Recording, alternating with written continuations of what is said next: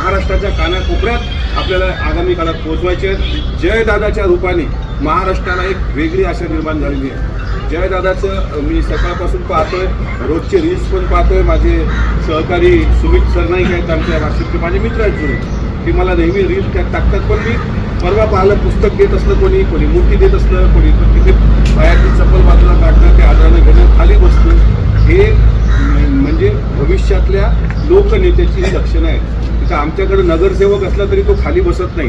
हा आमच्याकडचा भौगोलिक बॅकलॉग म्हणा किंवा तो राजकीय बॅकलॉग म्हणा, असं म्हणता येईल की तो बुलेटशिवाय जात नाही। गळ्यात सोन्याचे गोप मफलर पण जयदादाला मी सुरुवातपासून पाहतो आणि माझ्या या सर्व तरुण लोकांमध्ये जे काही आपलं आकर्षण आहे ते नुसतं दिसण्याचंच आकर्षण नाही, तर जयदादा म्हणजे अजितदादाची एक प्रतिसावली।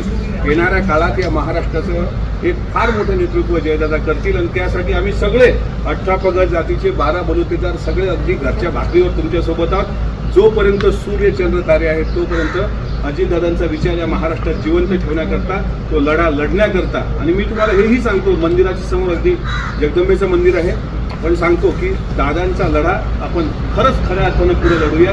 काहीही त्याची भविष्यात मला किंमत मोजावी लागली तरी चालेल, पण दादाच्या बाबतीत आपण हा न्याय आपण सरकारकडे मागूच की आमच्या दादाच्या विमान अपघाताचं काय नेमकं हे झालं होतं। तो प्रश्न मात्र मी मरेपर्यंत कायम ठेवणारा हा शब्द मी या निमित्तानं देतो। आणि मला आज तिथं मी ह्याच्यासाठी आलो, नाही तर बरेच लोक म्हणतील तुम्ही इतक्या लांबून इथे कशाला आम्हाला सांगायला आला, काही गरज आहे का आम्हाला बारामतीकरांना सांगायची। पण आम्हालाही वाटतं की या जो इतिहास आता घडणार आहे, मोठ्या ताकदीनं आपले जर उमेदवार विजयी होत असतील तर त्यामध्ये खारीचा वाटा, सिंहाचा वाटा म्हणत नाही पण खारीचा वाटा। त्या रामानं सेतू बांधला पण खारुताईची शेपटीचा एक त्या कणांच्या रीतीसारखा प्रकार पण त्याच्यामध्ये होता, म्हणून खारुताईचा खारीचा वाटा। पण आपण या इतिहासाचे साक्षीदार असलो पाहिजे, म्हणून आम्ही इतक्या लांबून आलो। आज 2 दिवस आम्ही बारामतीत आहोत। उद्या माननीय मुख्यमंत्री देवेंद्र फडणवीस साहेबांची सभा आहे, तिथं सुद्धा आपल्याला सर्वांना यायचं आहे आणि अजितदादांच्या परिवाराच्या पाठीशी भक्कमपणे उभं राहून सुनेत्रा वहिनींना भरभरून आशीर्वाद द्या आणि या देशाचा इतिहास घडवा, एवढंच या निमित्तानं विनंती करतो आणि आपल्या सर्वांची रजा घेतो।